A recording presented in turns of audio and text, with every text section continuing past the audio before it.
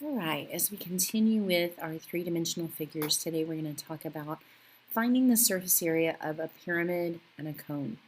So if you remember, a pyramid has a base, a single base, and it has the sides, its lateral faces are triangles, and then it has an apex right up here above it, that vertex that's at the top.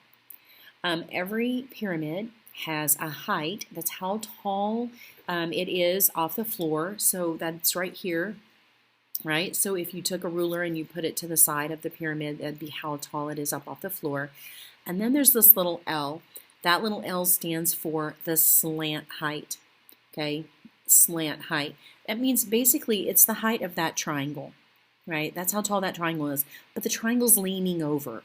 And so it's how tall that triangle is leaning over. How tall the triangle is, that is leaning over. So that's an important thing to remember. P stands for perimeter of the base. B stands for the area of the base, just like we've been doing. L stands for the slant height. You need to remember that. And H stands for height, just like we've always done. Okay, so we want to find the area. These are all your nets. And again, you can always use a net to break this up. The only thing you can't see on a net is the height of the pyramid, which in a lot of cases the height of the pyramid isn't important. Notice that there is no H here to find the area of the lateral area or surface area of a pyramid. So the lateral area, that's your triangles. Your surface area is your triangles plus whatever your base is, whatever shape it is, okay? Sometimes it's a triangle, sometimes it's a rectangle, sometimes it's something else. So this is our shape. So let's look at what we've got. My height of my pyramid is 5. So this is 5. And the slant height is 13. So this is 13. And your base edge, so remember we have our edges where our faces come together. Our base edge is 24. Okay, so let's see what we need. This is one with the lateral area, and it's the lateral area of a pyramid. So I go to my formula chart and I look up, and lateral area is 1/2 the perimeter of the base times the slant height. Now in this case, we can find the perimeter of the base. This is your base, and because this is a square pyramid, and so all 4 of your sides are the same. So your perimeter is 24 times 4 because there are 4 sides of the square. So your perimeter is 96, and then your slant height is 13. If I had not, so here's just one little thing. Notice this triangle right in here. See that little right triangle? I could have done this problem without giving you that slant height. I could have just told you that this was 24. That means that's 12 because that's the apothem of the square. Well, that's a 5, 12, 13 right triangle, or you can use the Pythagorean theorem to do it too. But I gave you what I needed, so you don't have to use anything. We have the perimeter, which is 96, 1/2. The perimeter is 96 times the slant height, which is 13. So now you can just substitute the numbers in and solve the problem. 1/2 times 96 times 13, you get 624. Now that represents the area of all of the triangles, okay? Because here's what we've got. This is 24, 24, 24, and 24. And then each of these, the slant height is this piece right here. That's your slant height, and that's 13. So you're finding the area of one triangle, half the base times the height, and then you're multiplying it by 4. That's another way to do it. And that's what the formula is doing. You just may not realize it. Then your total surface area is you take your lateral area, your 1/2 PL, and you add the area of your base. Well, the area of my base, the shape of my base is a square or a rectangle, base times height. So 24 times 24. 24 times 24 is 576. So I'm going to take that 624 that I just found earlier. I'm going to add 576 because that's the area of the base. And I get that my total surface area is 1200. See, the area of the square is 24 times 24. So you've got your lateral area, which is your 4 triangles, and your total surface area is your 4 triangles and your square. Okay, now another pyramid, we can tell because we have a point right here, we have an apex. Okay, find the base. It's always the one that's across from the apex, underneath the apex. So there's your base. It's a triangle. So we need to find the area of the triangle and the perimeter of the triangle because that's my P and that's my B that I need. First thing, lateral area, I look it up. I need 1/2 the perimeter times the slant height. 1/2 the perimeter times the slant height. So you look at this, so the perimeter, it's the perimeter of the base, so it's 10 plus 10 plus 10. Perimeter is equal to 10 plus 10 plus 10. That's 30, so my perimeter is 30. I can fill it in as I go. And then my slant height, that goes from the apex to the side. Your slant height always goes from the apex and slides down the slant, right? So that's 6.7. And then you have everything you need. So I can do 30 times 6.7, and I can divide that by 2. That's another way to handle that 1/2. You get that the lateral area is 100.5, and that is in inches squared. Okay, so that's what it would take to cover those 3 triangles. That's these 3 triangles. That's your lateral area is this one, this one, this one. That's lateral. Total surface area is those 3 triangles plus the one in the middle. Okay, so to find the total surface area, that means I need 1/2 PL plus B. B stands for the area of the base. I need the area of that triangle. Area of a triangle, according to the formula chart, is 1/2 the base of the triangle. Here's your base of your triangle, 10. Now, I'm not using this one and I'm not using this one. Here's why. See this line right here? The base and the height of the triangle have to be perpendicular to each other, and they are. That's why I use this base and then this height. I gave you that height. You don't have to find anything, 8.7.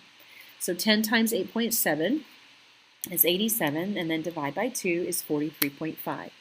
So we have the 100.5 we originally found for our lateral area. We're going to add the area of the base, which we found to be 43.5. You'll notice that these problems can be labor intensive, right? You're doing a lot of work. That's why it's important to write it down neatly and keep up with all your work so that you don't get lost. Just be consistent about how you work the problem. Every time you notice I'm doing the same thing. Find P, find B, write the equation and set it up. All right, another pyramid. We want the lateral area. Lateral area is 1/2 PL. The perimeter of the base times the slant height. There's my slant height. It goes from the apex to the side, lands perpendicular, so that's my L. But then I need my perimeter. Well, my perimeter is the perimeter of the base. Well, the base is this highlighted piece right here. So the perimeter of the base, this is a pentagon. It is 4 yards each side. So the perimeter would be 4 times 5 sides, which is 20. So your perimeter is 20. 1/2 20 times the slant height of 9. 20 times 9 is 180. Divided by 2, your lateral area is 90 square yards. Your total surface area, right? This is the shape. This is what it looks like. So we just found the area of all of these triangles. That's the lateral area. Then we add the area of the pentagon to find the rest of it. Okay, so always use those nets if you need to. So we've got our 90 yards, right? 1/2 PL plus the area of the base. Let's go back. How do you find the area of a pentagon? That is 1/2 AP. You go back up to the top of your formula chart. 1/2 the apothem times the perimeter. The apothem is 2.75 times the perimeter, which we already found, that was 20. So 2.75 times 20 divided by 2 is 27.5. So we're going to take the original 90, that was our lateral area, and we're going to add the area of the pentagon, and that will give us our total surface area of 117.5 yards squared. That's what it would take to cover the entire pyramid, all 5 triangles plus the pentagon. Now you have to be careful with this one because this one doesn't follow the rules. And here's how I know. This is not a regular pyramid. You notice on the formula chart it says a regular pyramid. This is a rectangle. Notice that one side is 10 and 7. So in all these other ones, all of them were regular. They all had the same side length so that you could use perimeter and do it easy. Now you can still do the perimeter. The problem is, notice that you have two slant heights. This slant height is 8 and this slant height is 7. So which one are you supposed to use?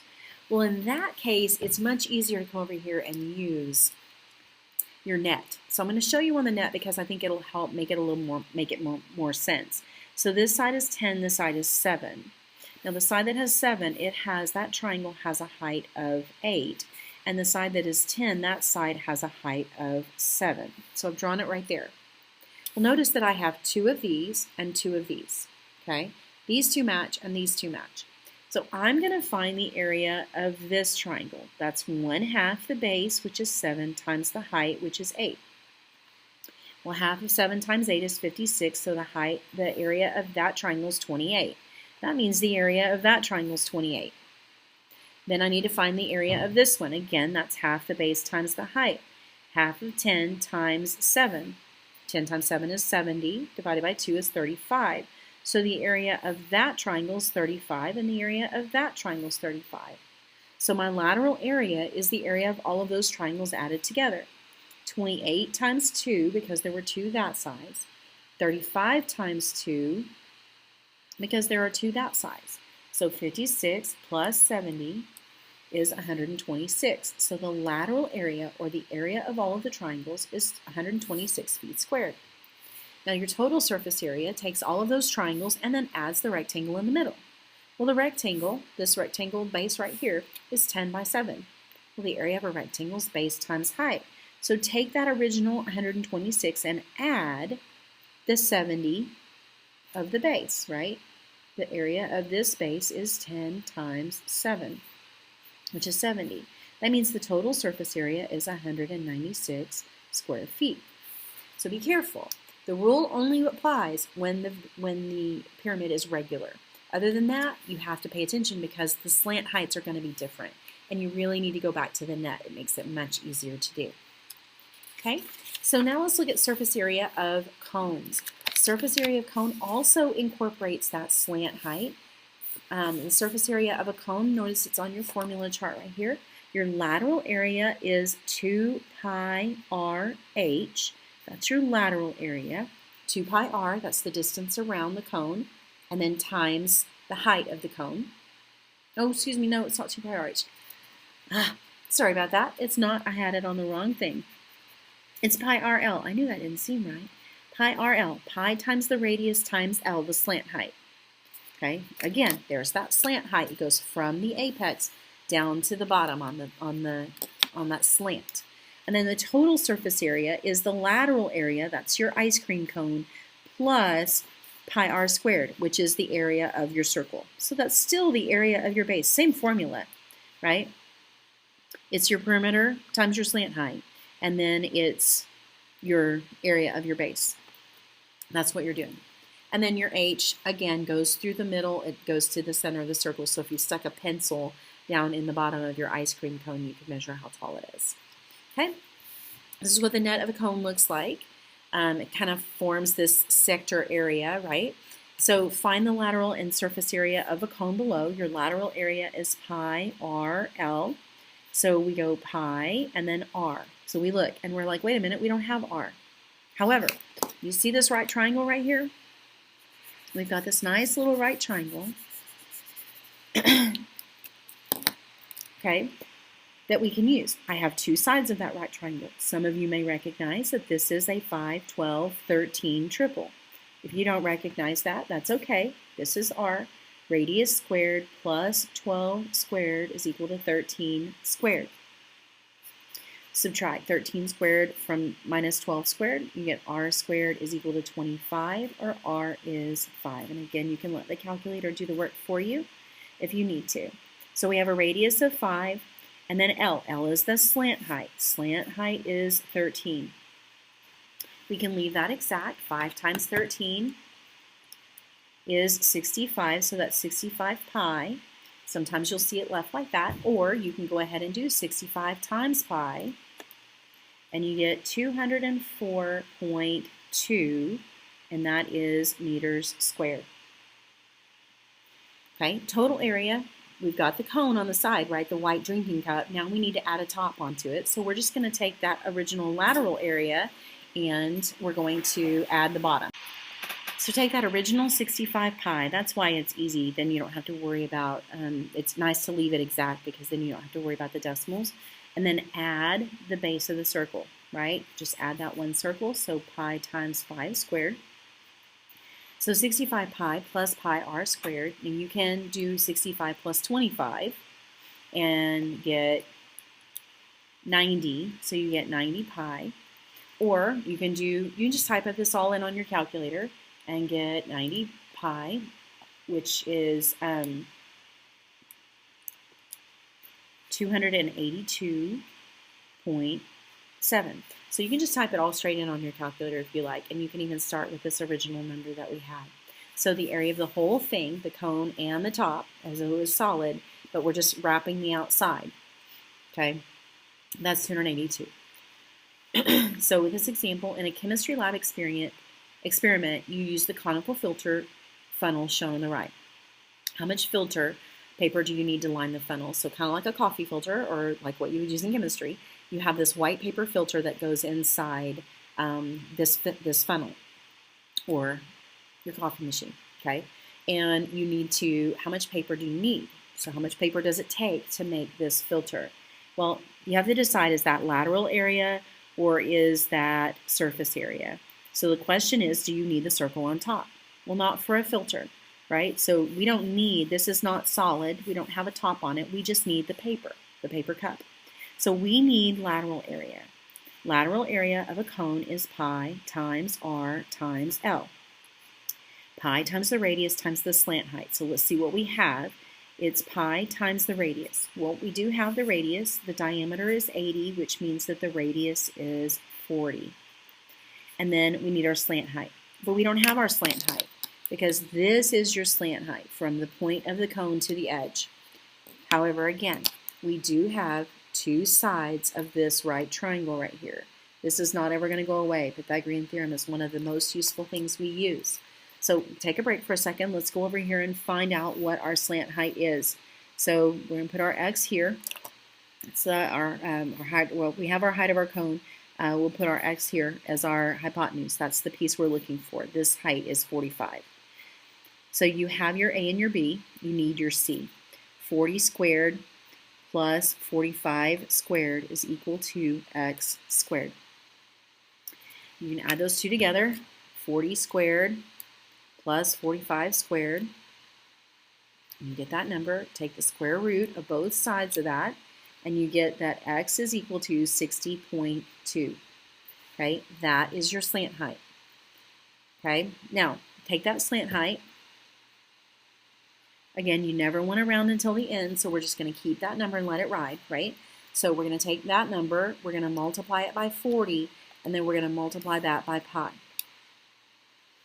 So your final answer is 7,565.96 millimeters squared, or 7,566 millimeters squared if you round to the nearest tenth or the nearest whole number, either way.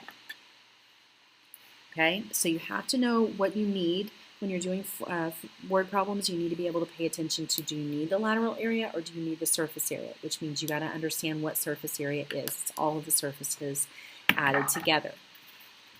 The formulas are basically the same, right? It's the perimeter, it's the distance around, 1/2 PL, or pi r L, and you use that slant height. That's the important thing that's new with this unit, or with this section, is that slant height.